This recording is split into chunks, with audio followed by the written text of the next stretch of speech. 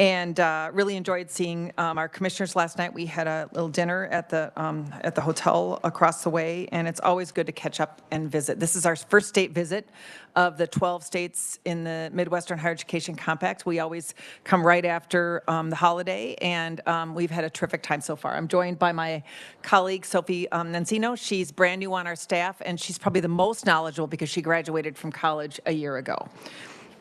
So our purpose is to work in partnership with our 12 member states to strengthen post-secondary education through really two big sides of our business, cost savings programs and then policy and research.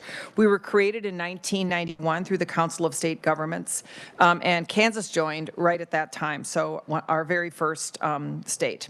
We have 60 commissioners and alternates, so I have many bosses, and 5 are appointed by each state. Typically 3 by the governor and 2 by the legislature. You have a couple more in this state because you also appoint alternates. We're very grateful for the appropriation, the commitment that comes to our compact. It's $115,000 a year, and it's the lowest of the 4 regional compacts in the United States.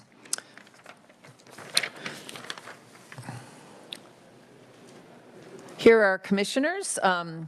Representative Ballard just completed her term as our chair. We're very grateful to her, and now she's our past chair. And then Dr. Flanders, Aaron Otto, Winter, who's a regent, Ken Rajas, there he is right there, and Senator Francisco. So we're grateful to all of them for their service and commitment and support. So as I mentioned, we have 2 sides of our business, cost savings programs and contracts. Oh, and I forgot, I wanted to just mention what's in your packet. There's a slide deck, and that's what I'm working from. We've handed that out to you. There is a highlight sheet. That's kind of a quick snapshot of our work. And then there are 2 user lists here. These would be the folks for technology contracts. It would be higher ed institutions, public and private, local units of government, and K-12 districts who can use our contracts. And then on the program side, there's also a user list. You're a great user of our programs, and so on the cost savings side of things, you've saved $1.63 million in savings on technology, and those are mostly contracts with Dell, Oracle, Xerox, and Parchment.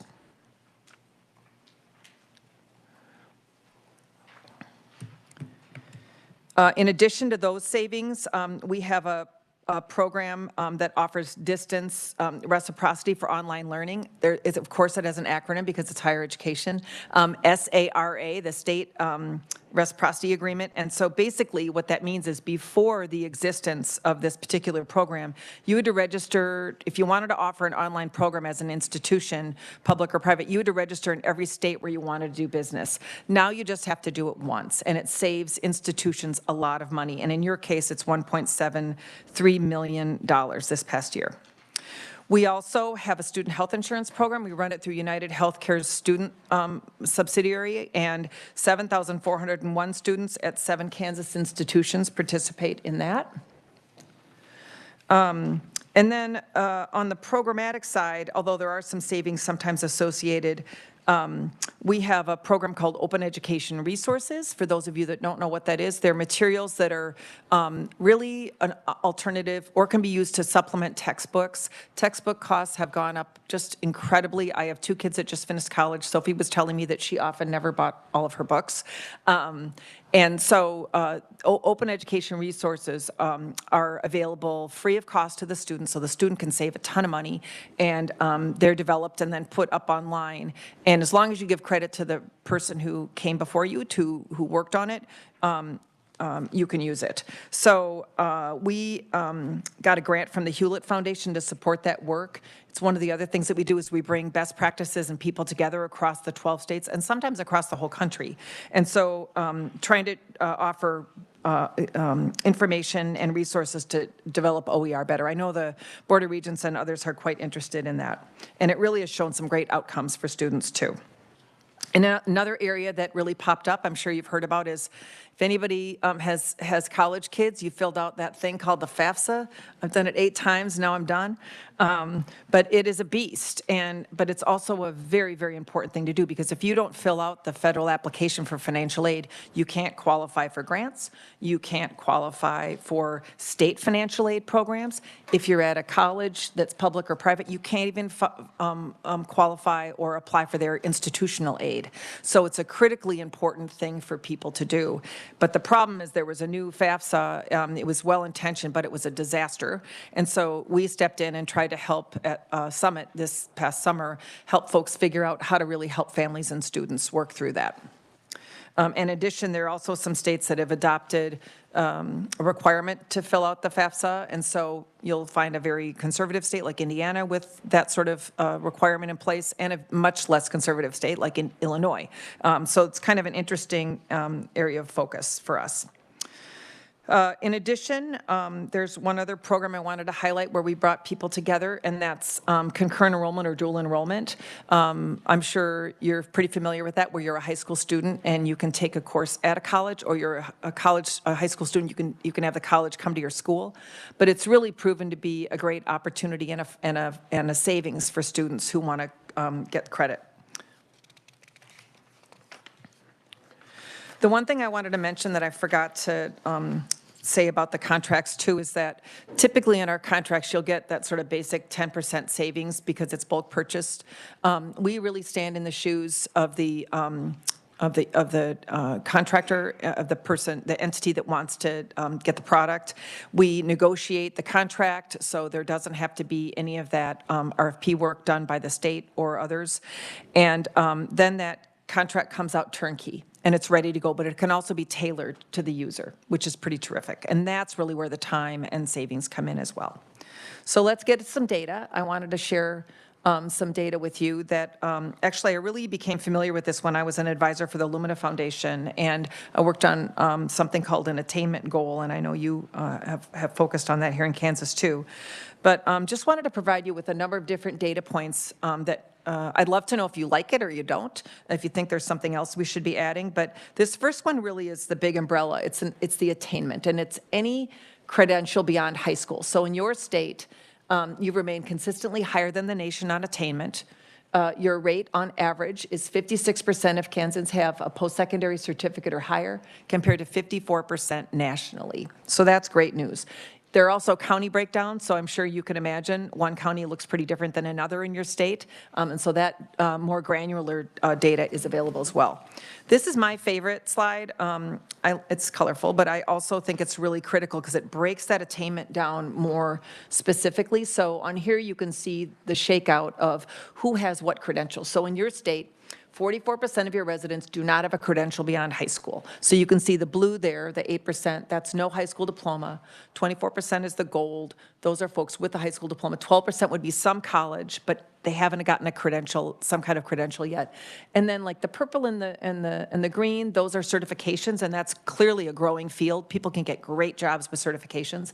And then there's 2-year, 4-year degrees and beyond. So when you think of your industries here, whether it's aviation or it's agriculture, you want to have a broad cross-section of credentials, everything from techs to people who are, chemists and engineers as well. So another way to look at your state is the projected high school graduates. And so we've heard about the birth rate. We talked a little bit about that last night. Very typically and similar to the rest of the Midwest, Kansas is projected to decline in terms of high school graduates over the next decades. And so really driven, again, typical in the Midwest, a decrease among white graduates with a number of non-white graduates flat or increasing. And in your state, your fastest growing population is Hispanic. You know that already. Then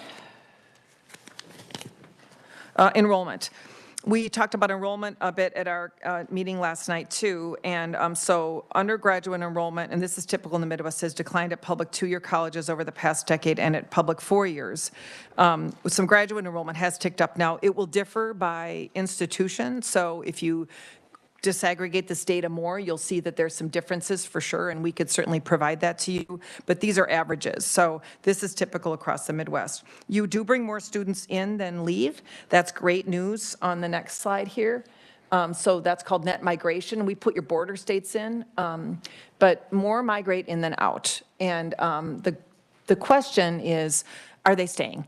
There's a really interesting project with the Census Bureau that looks 5 and 10 years out that actually does show there's some wage data, there's some kind of aligning degrees with jobs data, but the really cool thing is to look at, typically a lot of people come back. They go away for 5 or 10 years, they go to a different part of the country, or they probably stay in the Midwest, they might go to a different part of your state, but they tend to come home, like my entire family did, to be near their parents and raise their children.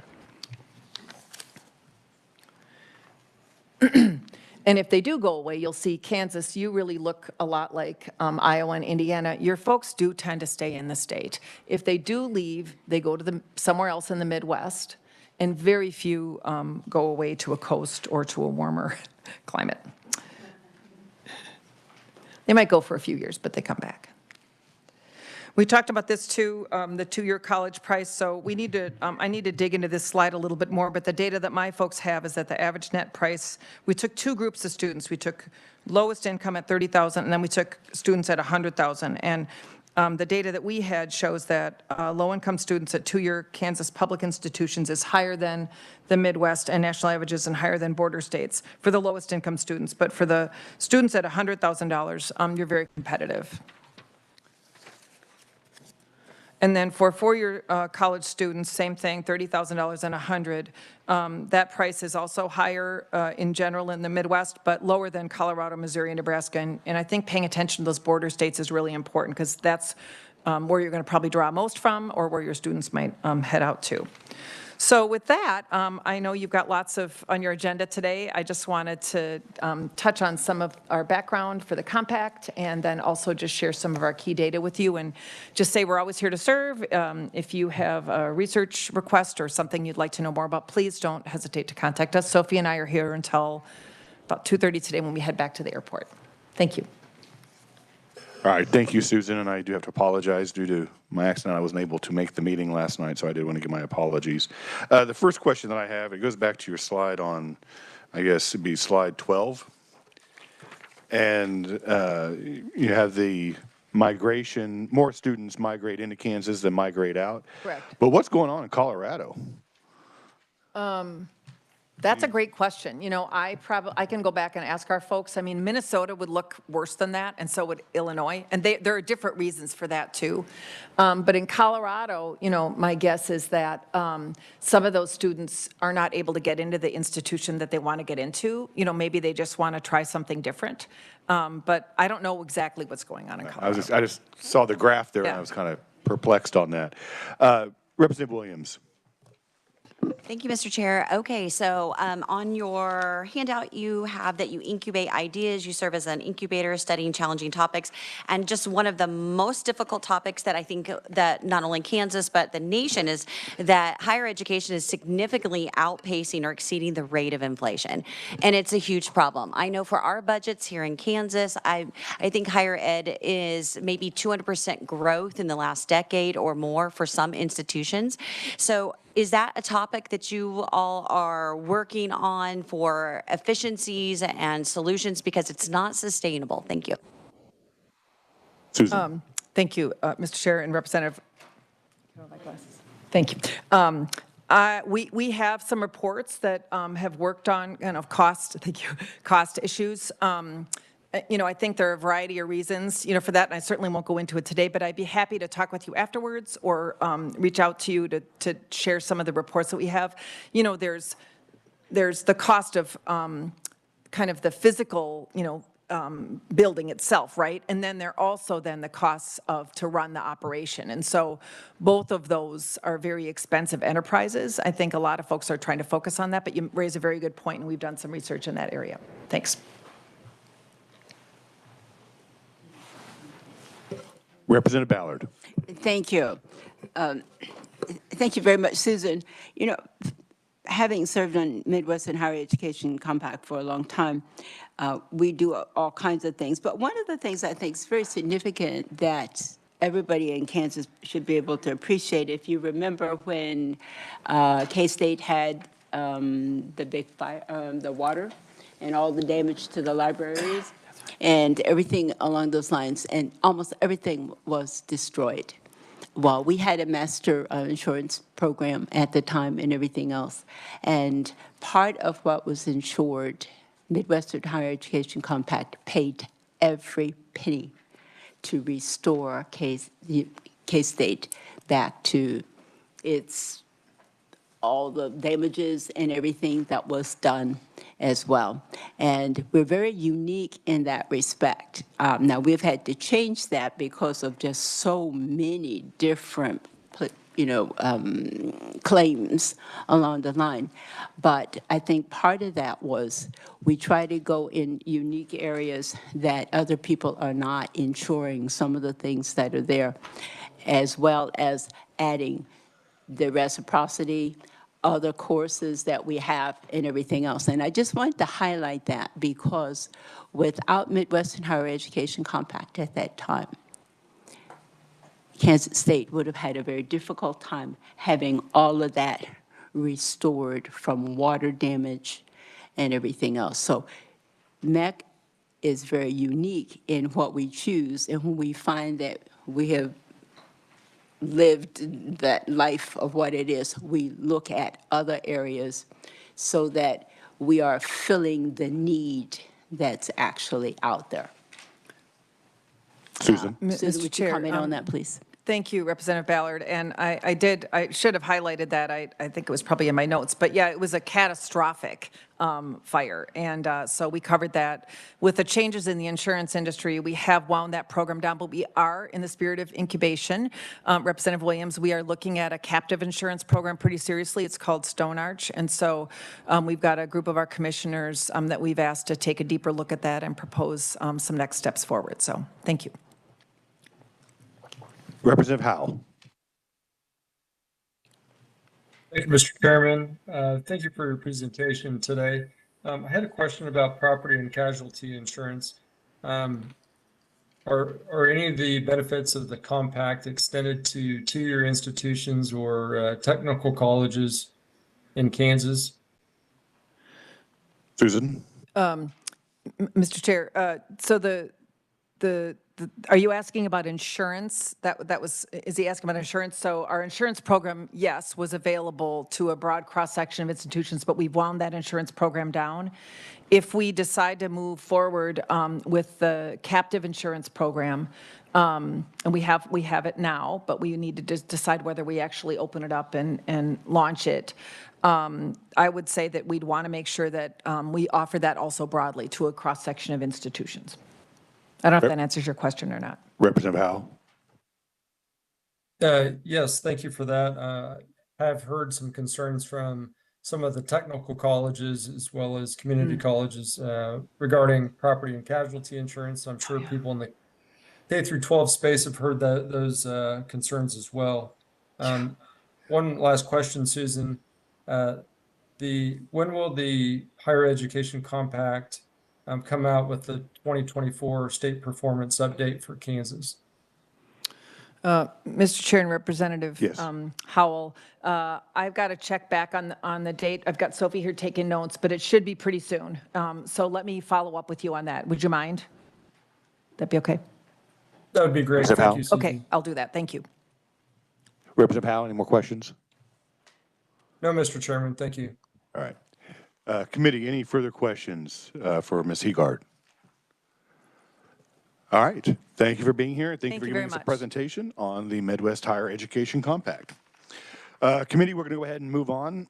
And today it is Transportation and Public Safety Budget Day. And so I will turn it over to Chairperson Anderson, who will be giving us a budget report out. And I believe you're starting with the Adjutant General's office. Chairman Anderson.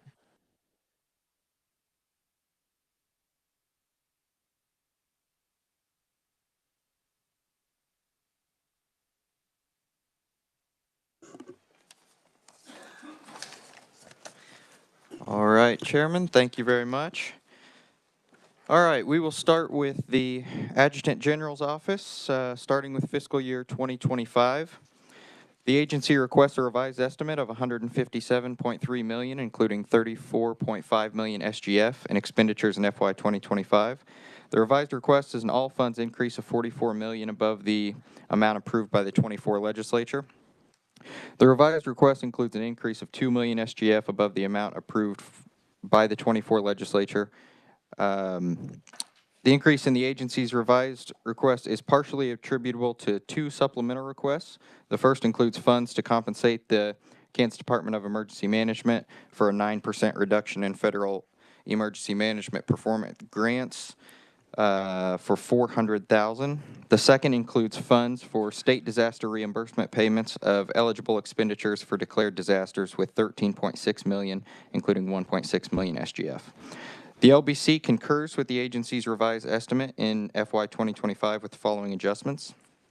The LBC deleted $1.553 million all SGF for the reappropriation of state disaster funds for projects in federally declared disasters. Deleted $400,000 all SGF for planning, training, exercises, disaster response, and recovery activities to compensate KDIM and EMPG reductions for 25, and deleted $13.6 million, including $1.6 million SGF for state disaster reimbursement funds. The Budget Committee concurred with the LBC's recommendation in 25 with the following adjustments. We added back the $1.553 million SGF for reappropriation of federal funds, Federal Emergency Management Agency approved projects for FY 25, and we added $400,000 all SGF for the planning, training, exercises, disaster response, and recovery activities. Mr. Chairman, I'll stand for questions on the FY 25 budget. All right, thank you, Chairman Anderson. So going back to the items that were added back in from the LBC, I believe the 1.6 million that's being added back in, and that'll draw down an additional 12 million from the federal government for disaster funds? Yeah, thank you, Mr. Chairman. So when I was discussing with the agency to add back the reappropriated funds from 24 or the new funds in 25, it didn't matter which one we did. So we added the reappropriated funds. So the 1.6 million is reappropriated funds? Yes, just shy of 1.6 million. They did ask for 1.6 million for 2025, which we struck. Well, the LBC struck. We left it out. But again, by including the 1.6 million state general fund, we'll be drawing down $12 million federal funds. That's correct. It does allow them to draw down. And on page 3 of the, I guess, budget summary, that will cover these disasters in item number 3 from previous years. And will that be spent in fiscal year 2025? Thank you, Mr. Chairman. That's why we struck their ask for 2025 and only gave the reappropriated funds, because of the small time period they'll have to spend the money.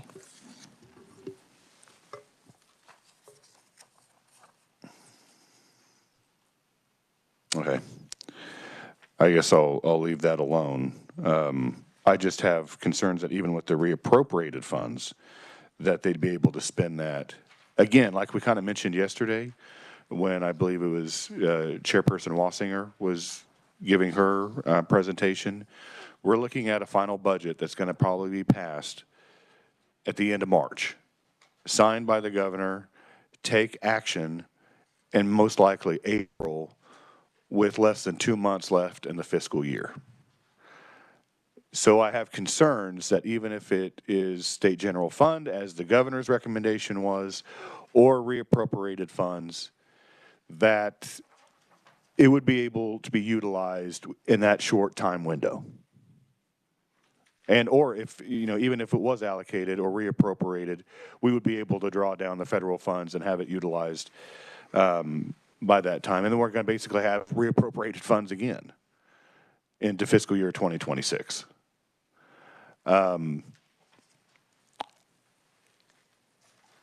I may be making a motion, but I see that this is also an item in fiscal year 2026. We'll be having a discussion then. I'll reserve my motion and see exactly how I want to word that. Item number 2, add $400,000 SGF for planning, training, exercises, disaster response, and recovery activities.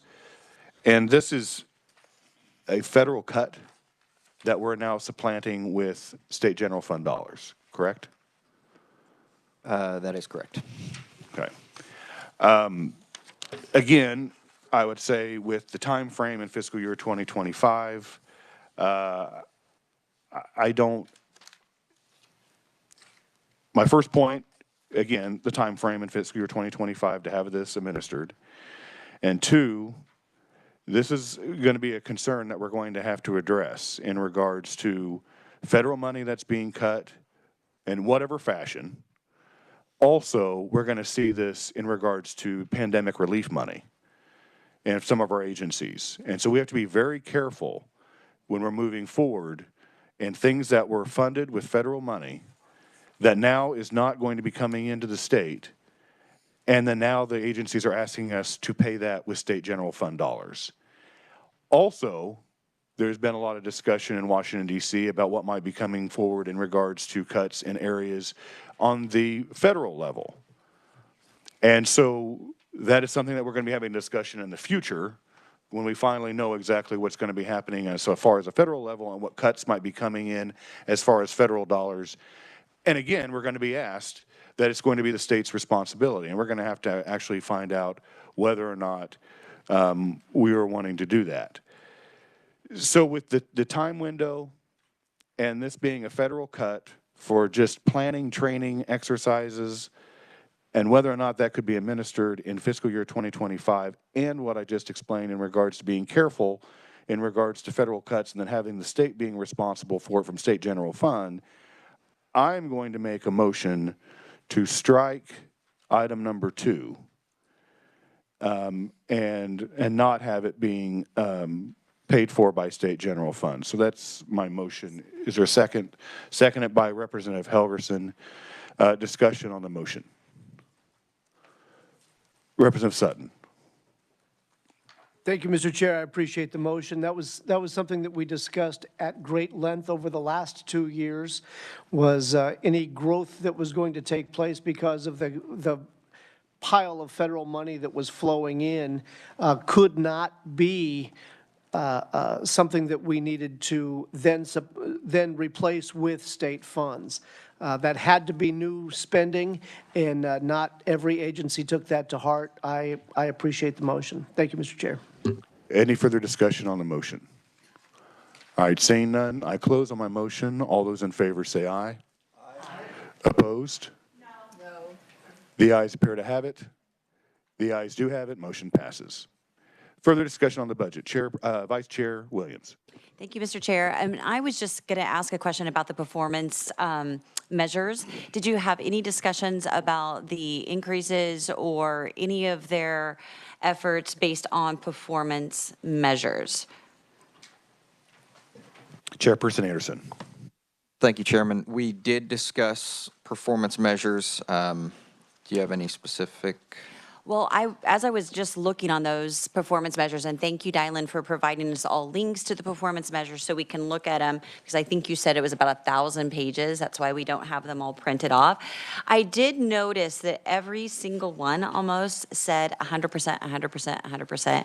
And so I guess my concern is if you're having performance measures that are always meeting some objective by 100%, I'm wondering if they're true measures of valid outcomes. And so I would just encourage the Adjutant General agency to really look at, because sometimes we can't even judge how these monies are distributed for, let's say, disaster relief, or all the added benefits for the improvements on capital projects, and why that's so much better than prior. So just more or less a comment, and just glad that you are at least looking, your committee is looking at them. Thank you. Representative Ballard, then Sutton. Thank you, Mr. Chairman. I have a question about that.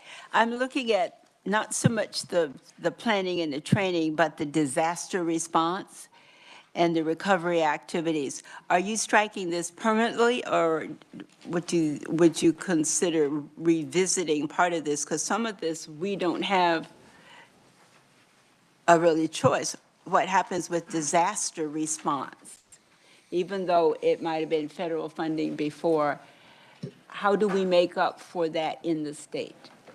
Well, the motion has already passed, so that should have been a discussion topic when it was still open. No, my feeling is it can probably be found within existing funds. And if it cannot, then we need to have a stronger conversation with the agency. My concern, and the reason why I wanted to have that stricken, is because we cannot be supplanting federal cuts with state general fund dollars. We have all seen the profile. And there is no way that we can continue using the cut that was made by the federal government and continuing these programs or projects or training or whatever the case may be with state general fund, because we cannot afford it.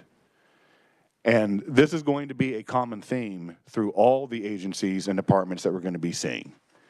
And again, in fiscal year 2025, when the budget passes and actually the money could be dispersed, could it be utilized in a month and a half?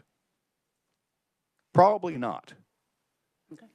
And that's the reason why in fiscal year 2025, we really got to use scrutiny.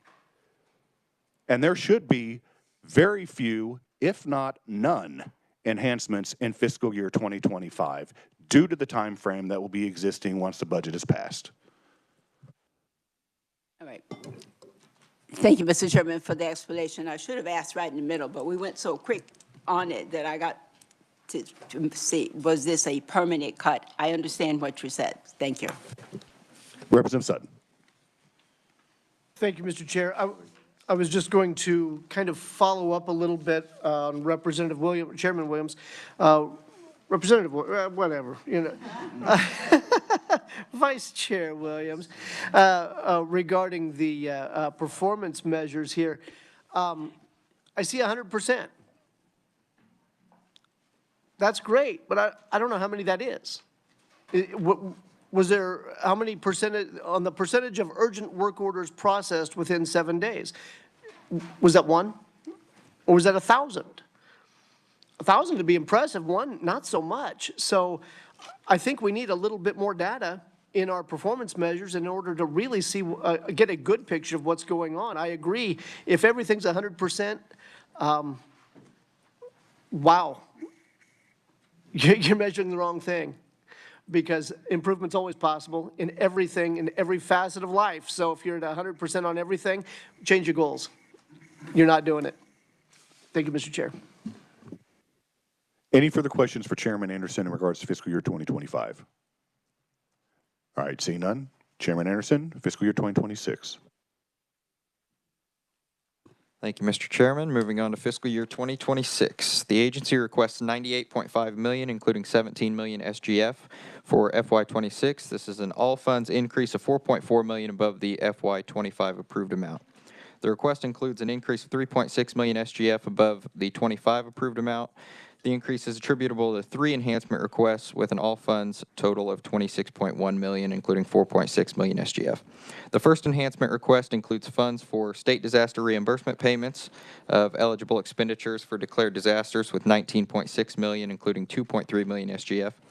The second is for funds for the updates and repairs to convert a former United States Army Reserve facility to the 35th Division Artillery Headquarters as the Tremblay White Readiness Center with $5.4 million, including $1 million SGF. The third includes funds reaching the 50% non-federal match requirement for KDM to meet its statutory matching funds requirement with $1.3 million SGF. The LBC concurs with the agency's revised estimate for 26 with the following adjustments.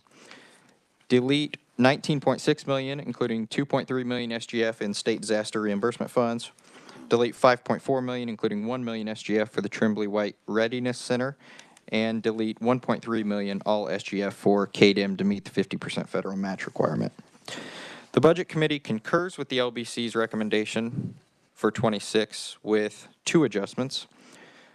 The committee added back the 2.3 million SGF, which allows 19.6 million drawdown in state disaster reimbursement funds. And we added 400,000 all SGF for the planning, training, exercise, disaster response, and recovery. Mr. Chairman, I'll stand for questions on 26. Can you go through the Budget Committee's recommendation again? Because it's not, they don't match on Yeah. page 4. Thank you. I apologize. Yes. It is wrong in our budget summary, or our committee, I apologize, the committee report. It says that the committee approved 1.3 million for KDIM. We only did 400,000.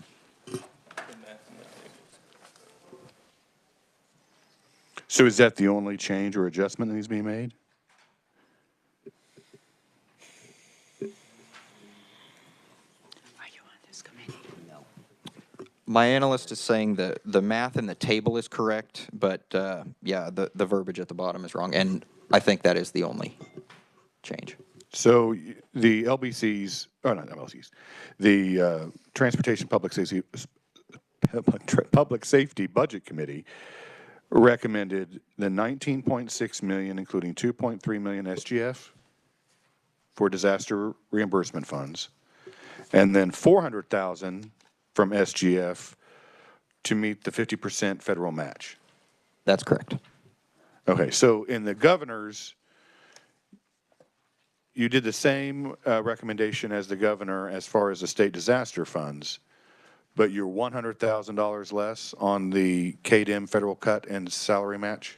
That's right. Okay. All right. Vice Chair Williams. All right, thank you, Mr. Chair. So let's take a look at that 400,000. Is that, I'm looking at it on page 4 of the summary. And is this, again, related to the same type of federal cut that we saw in 2025? Chairman Anderson. Thank you, Chairman. Yes, it is. So we are, again, this is an example of supplanting federal cuts. Okay, if we're going to be consistent, Mr. Chair, I'm wondering if we should eliminate that item as well and just be consistent. Is that a motion? I'll make a motion to strike 400,000 from the recommendation. All right, so item number 2, is there a second? Seconded by Representative Sutton. Discussion on the motion. Representative Hoy. Thank you, Mr. Chair. I didn't want to bring this up as much. I understand the chair's point on the amount of time left for fiscal year 2025, but I would mention that these dollars that we are supplanting, that we have missed out from the federal government, go to our county emergency management folks, and they do provide $2 match of every dollar awarded. So this does have a broader impact on our emergency preparedness statewide, including at the state and county level. So I do think we should leave these funds in for fiscal year 2026. I guess I'll ask a question to Chairman Anderson. So when you're looking at a budget of this size and the amount of 400,000, can they find it within existing resources? I mean, I know the agency's going to say no, but Thank you, Chairman. Yeah, I know they did have something like 19 million reappropriated in SGF from 24 to 25.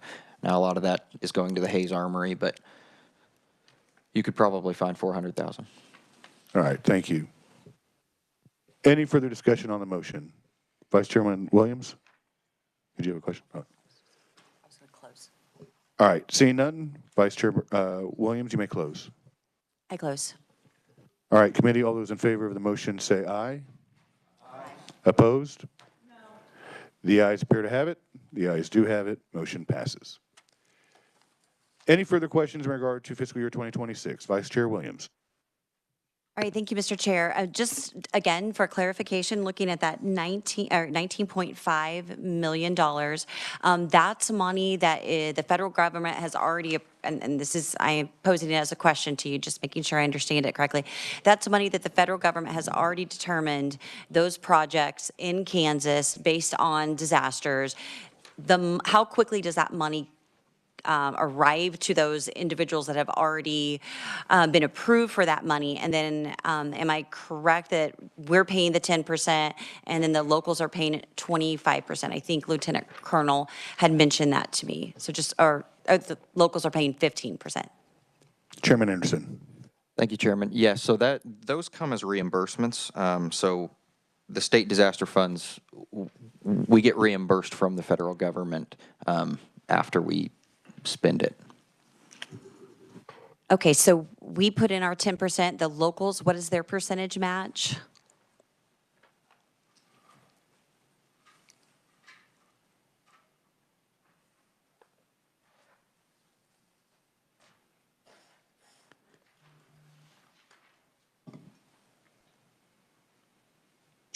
Chairman Anderson. Thank you, Chairman. 15% is from the locals. Okay, so a total of 25%, and these entities have already been, their projects are approved, they're just waiting for the reimbursement for those costs. That's correct. All right, thank you. Any other questions? All right, seeing none, Chairman Anderson, you may entertain a motion. Thank you, Chairman. I move the committee recommendations for the Adjutant General budgets fiscal years 25 and 26 as amended. All right, committee, you've heard the motion. Is there a second? Second by Representative Francis. All those in favor say aye. Opposed? All right, motion passes. Chairman Anderson, I believe you have the Emergency Medical Services Board next. Chairman Anderson.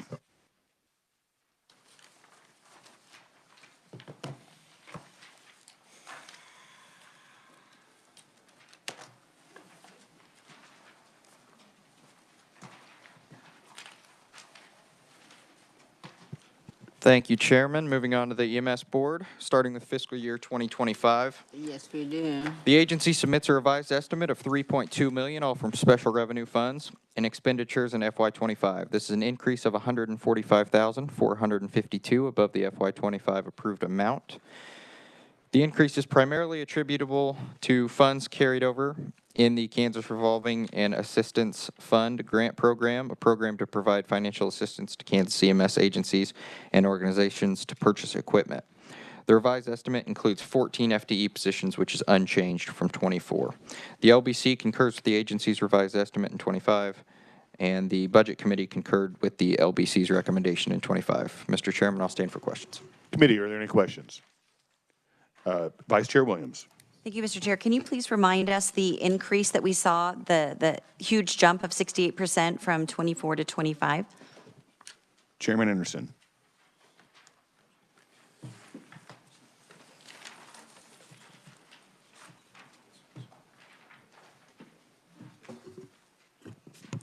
Thank you, Chairman. It's salaries and wages. They were having a tough time filling positions. To follow Vice up Chair on- Williams. Thank you, Mr. Chair. But I also see aid to local government. It doubled in that time as well. And so salaries and wages, it's almost a double, but I see that we have the same number of FTEs. So just a little further explanation. Thank you. Chairman Anderson.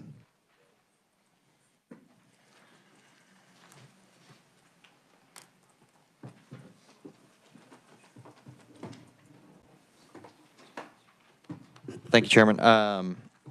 Yes, so they have 7 vacant positions right now, which 6 are funded. They told me that those are being filled, so they did not want those to be removed. Representative Sutton. Thank you, Mr. Chair.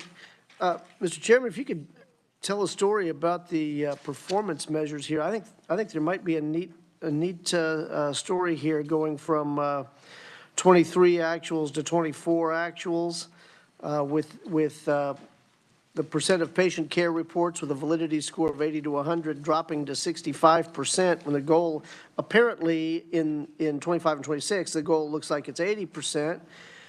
And the number of new applicants, there are just a number of things that are out of whack here. If you could maybe tell the story, that'd be fantastic. The cost of the grant awards, the number of new applicants certified, these are all kind of all over the map. It's not telling me a story by itself. Chairman Anderson.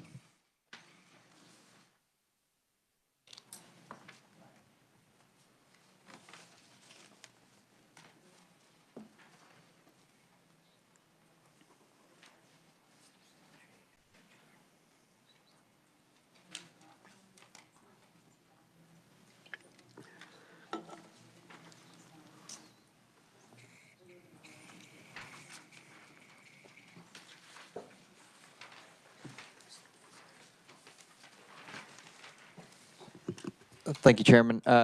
Yeah, some of those are due to COVID. They're getting ramped back up after COVID. They weren't being used. All right, so 23 was fine, which was also post-COVID, but somehow 24, now COVID's affecting it again?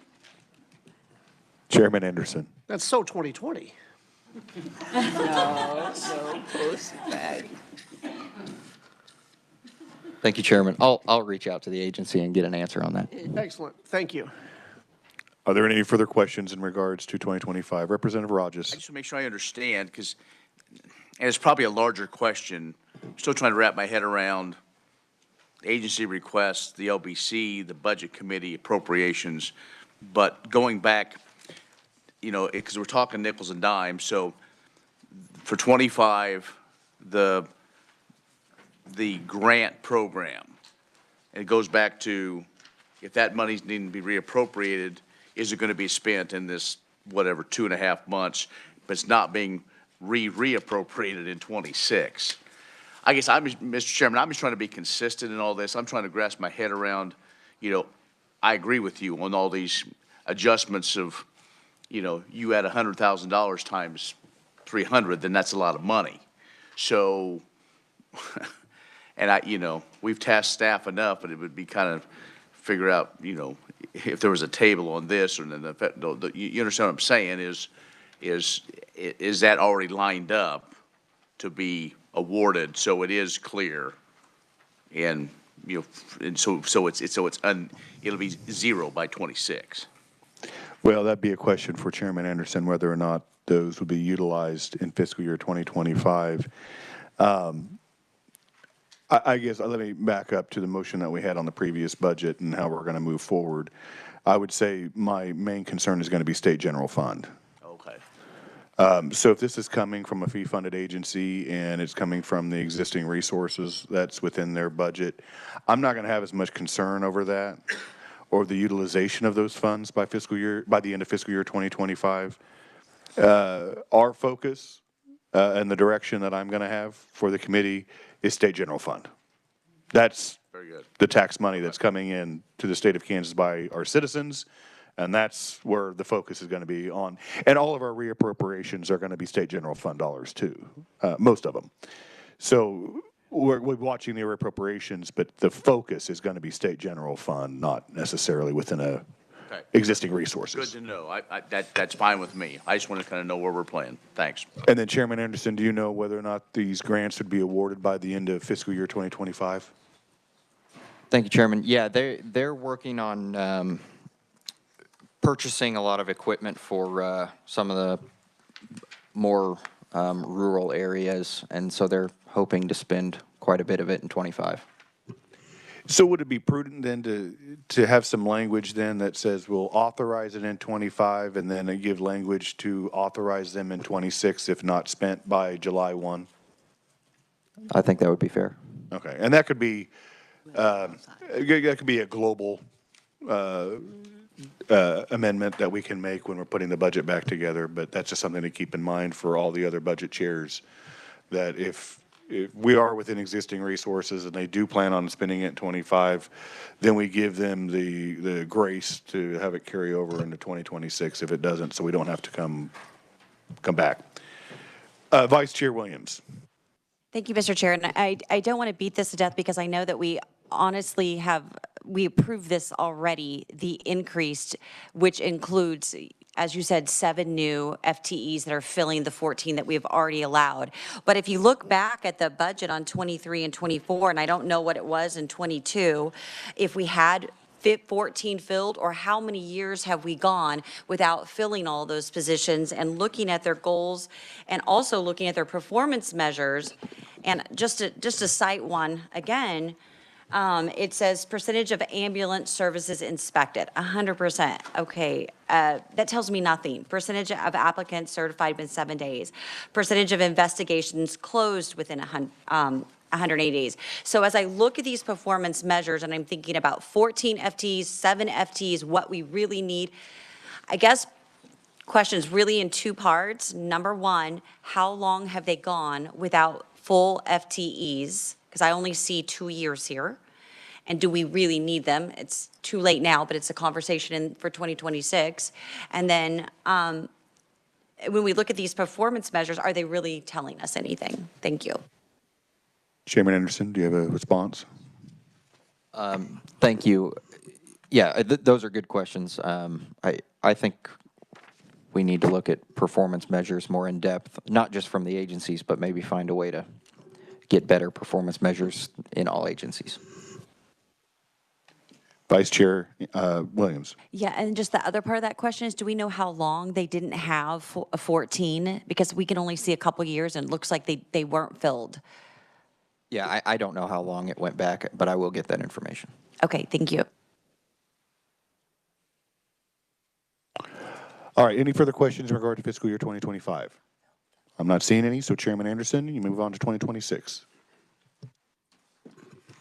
Thank you, Mr. Chairman. Moving on to fiscal year 2026. The agency requests $3.1 million, all from special revenue funds and expenditures for FY26.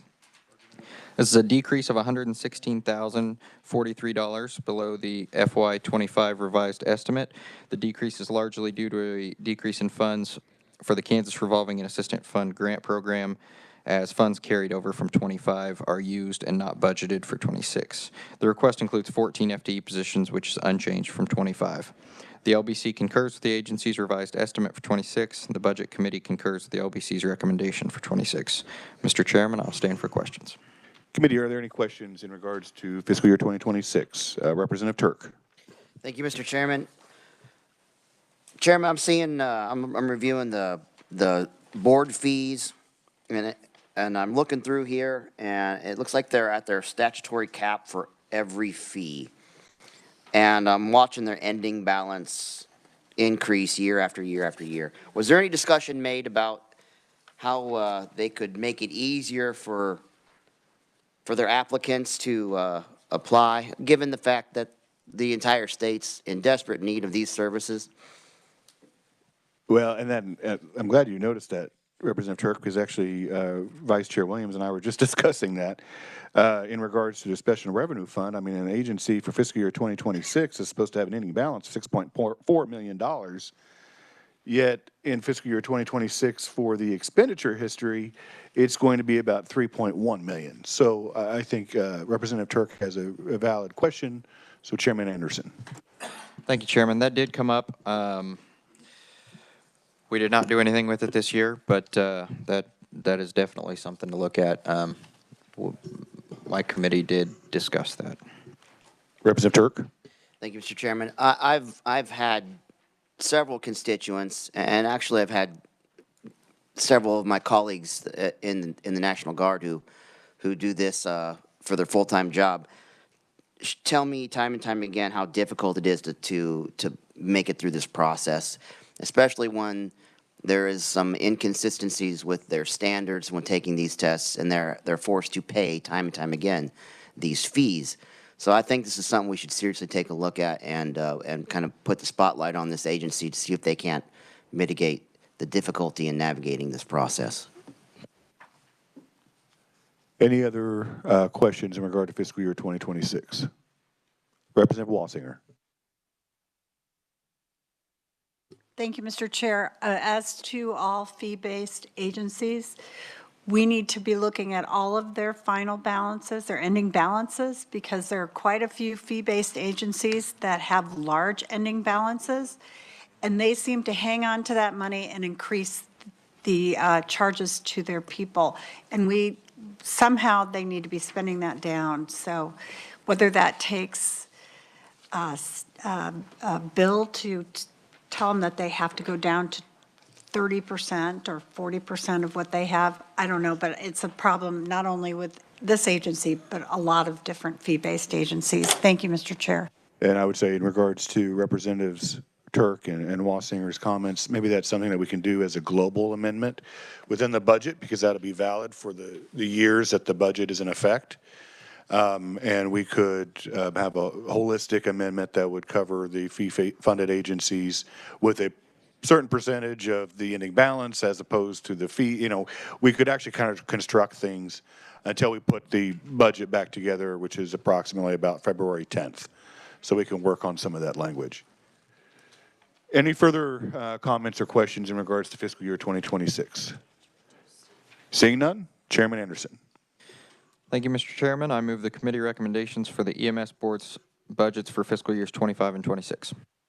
All right, committee, you've heard the motion. Oh, is there a second? Sorry, I need a second. Second by Representative Francis.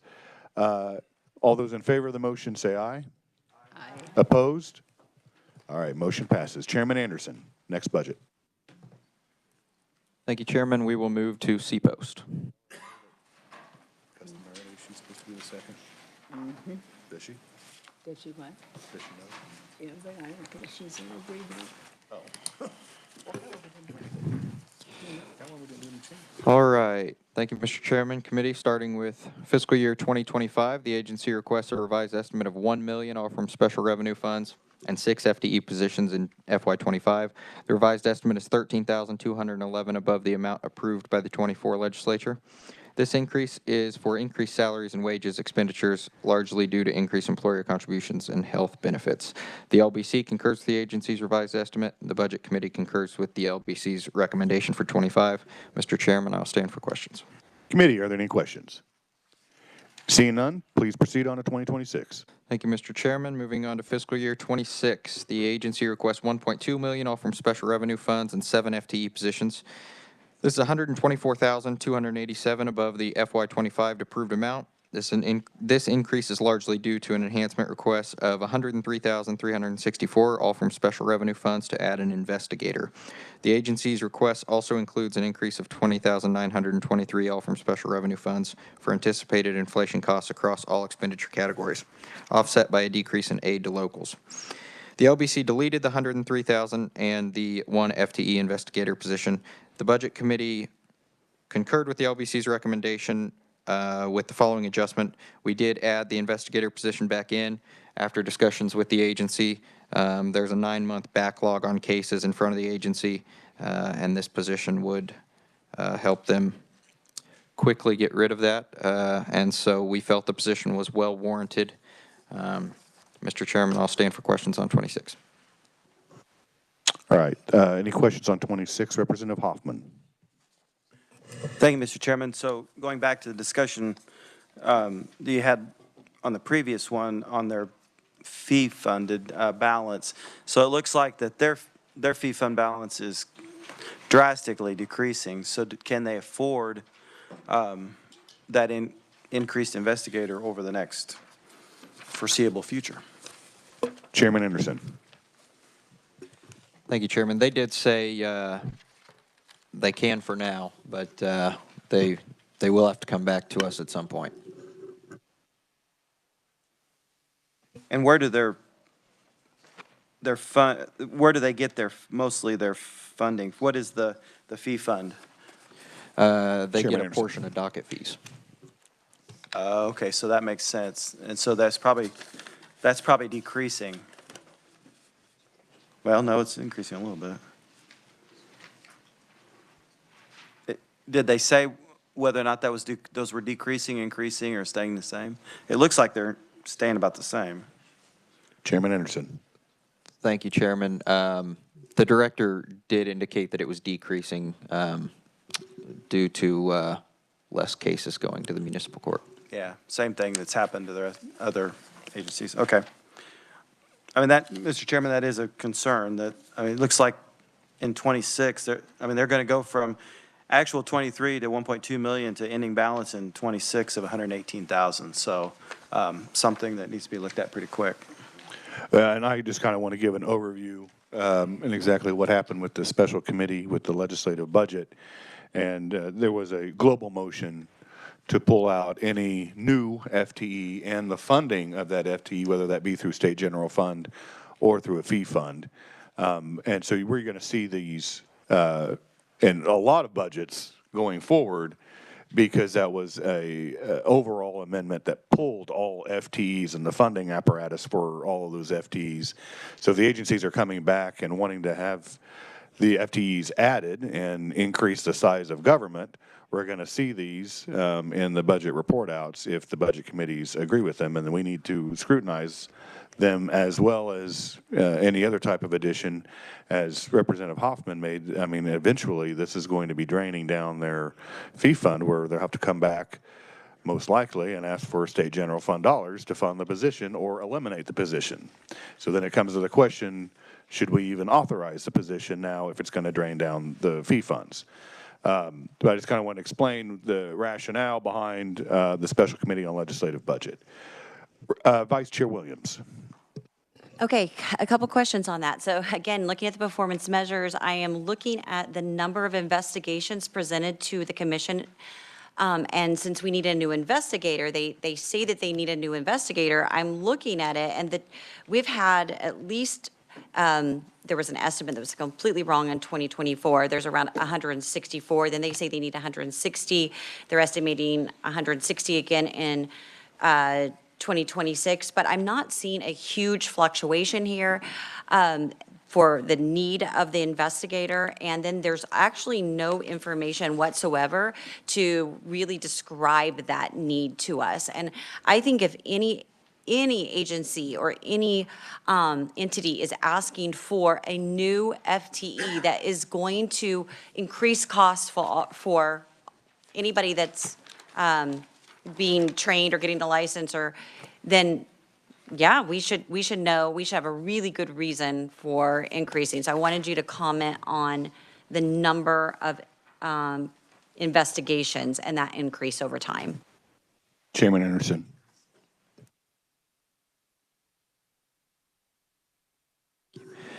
Thank you, Chairman.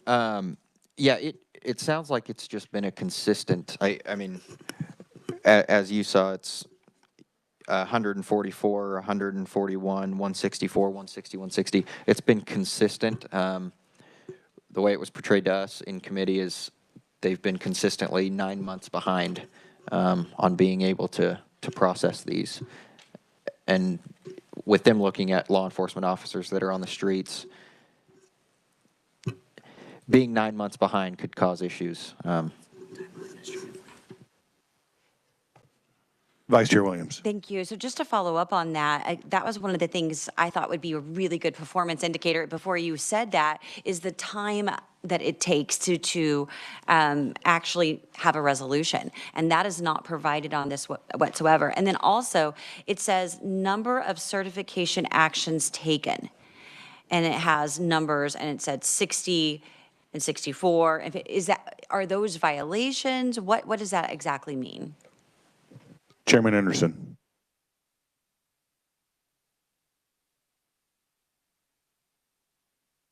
Thank you, Chairman. It could be a violation. That is when they take an action. So if they censure or essentially take any action against an officer. So if we go ahead and do this investigator position, is it paid for? I mean, so if they do more investigations, do they bring in any more funds back to their fee fund if they close these out? Kind of making it like a neutral. And then I have a second question too. Chairman Anderson. Thank you, Chairman. I don't believe so. Okay. So then if we're looking on the front page, and it just says that it's coming out of a special revenue funds, do we know which revenue fund? Because if you look at the Kansas Sea Post fee fund, that one actually is increasing year over year, which kind of validates the position. If you look at the local law enforcement training fund, that one is decreasing. So I didn't know which fund, or is it another fund that's there that's not reflective on the budget summary? Thank you, Chairman. The local law enforcement training fund is a pass-through. They can't use that for operations, so it would just be the CPOST resource fund is all they can use.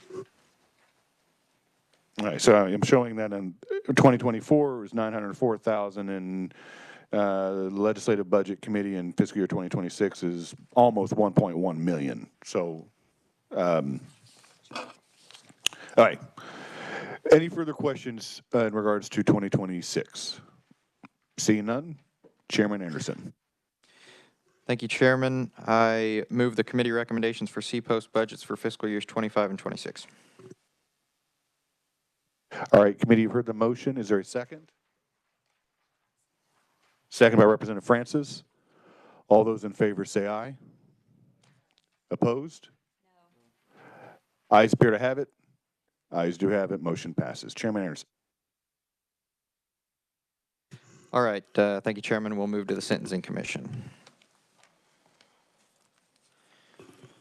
Starting fiscal year 2025, the agency submits a revised estimate of $14.9 million, including $14.8 million SGF and 15 FTE positions in 25. The revised estimate is $1.2 million below the amount approved by the 24 legislature. The decrease is largely due to an agency lapse of $1.2 million SGF, offset by an increase of $34,501, all special revenue funds. The agency is also requesting to increase the official hospitality expenditure limit to $3,000. Currently, expenditures in the hospitality fund cannot exceed $900. The agency is not requesting additional funds for this purpose. The LBC concurs with the agency's revised estimate in 25 with the following adjustment. The LBC deleted $2.5 million SGF to partially remove the reappropriation for the substance abuse treatment program in FY25. The Budget Committee concurred with the LBC's recommendation for 25. Mr. Chairman, I'll stand for questions. All right. Thank you, Chairman Anderson, and I'd just like to have all the members of the committee know that the governor's recommendation was the same as the LBC's and the Budget Committee. So the governor concurs with the decision that was made with the Legislative Budget Committee and also with the Transportation and Public Safety Budget Committee. Representative Estes. Thank you, Chairman Anderson.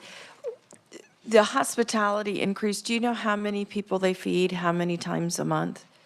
Or is it like a set number of people, certain time a month, number of months a year? Chairman Anderson. Thank you, Chairman. They have a once-a-month meeting. Representative Estes. And do you know how many people they're feeding? Chairman Anderson. Thank you, Chairman. I believe just the board members. Do we have a number of the board members? I think that's what Representative Estes was asking, the number.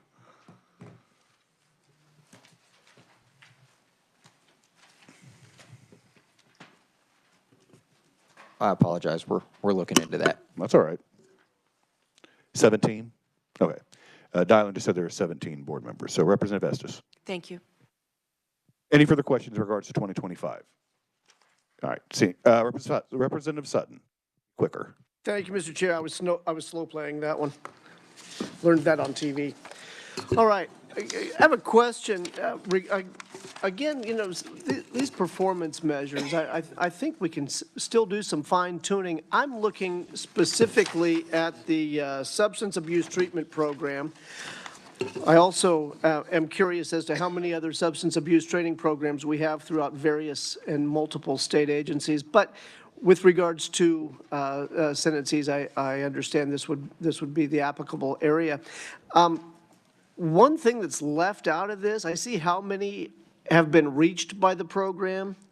I see how much the payments are made to the treatment providers. There's a metric here that I'm missing, and that is the success of the program. Does anybody care about that part of it, or is it just the effort that we're grading? Chairman Anderson. Thank you, Chairman.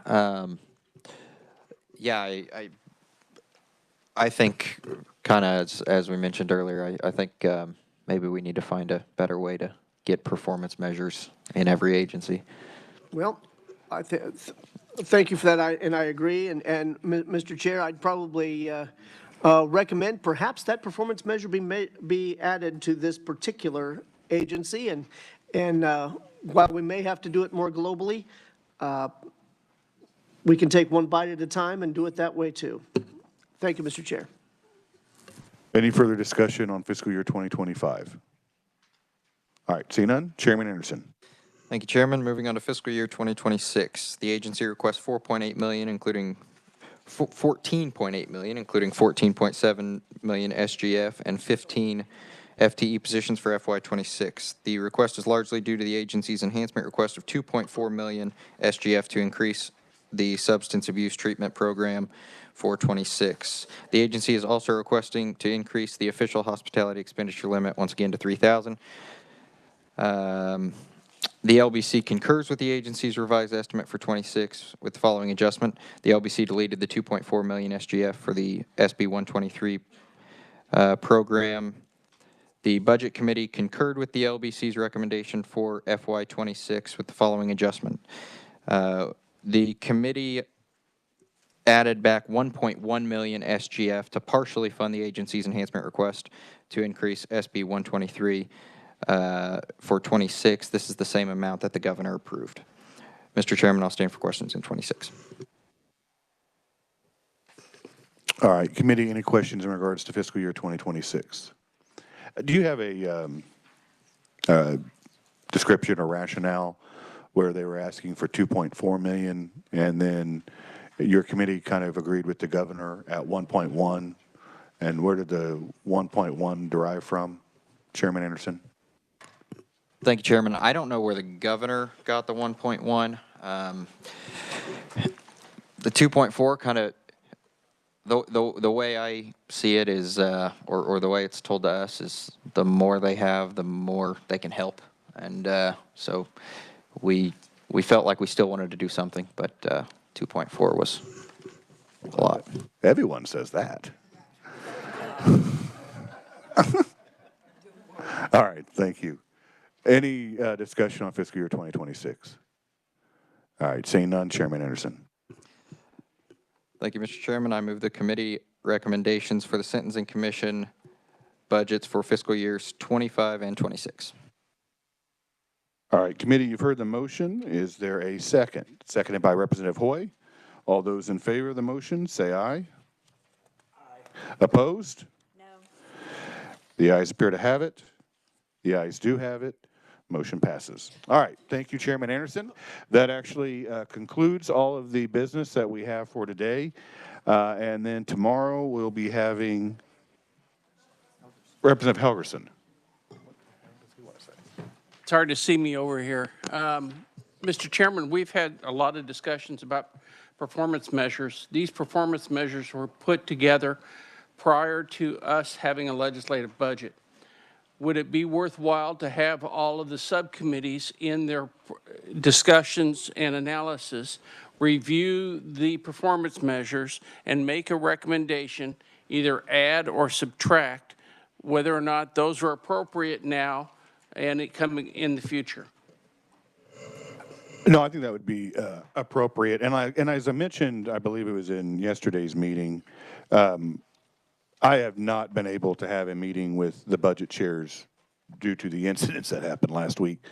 And we're having our first meeting today. So we're going to be covering a lot of these details in our meeting today.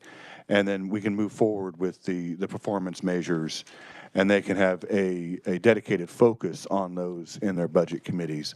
But as I said, I believe our meeting is scheduled for 3 o'clock this afternoon, and we're going to be going through all the details. It's just with this expedited process, with the legislature steering the ship in regards to the budget process and having these report outs, and due to my accident last week, we would have had this meeting last week prior to the budget report outs. But due to the chain of events, we just kind of had to adjust the schedule and things, and we'll have that discussion this afternoon. Any other comments? All right. All right, so that concludes our business, and then tomorrow we will have budget report outs by Chairperson Moser, Wassinger, Howe, and Bueller. So we have a busy day tomorrow. All right, until tomorrow morning at 9 a.m., we are adjourned.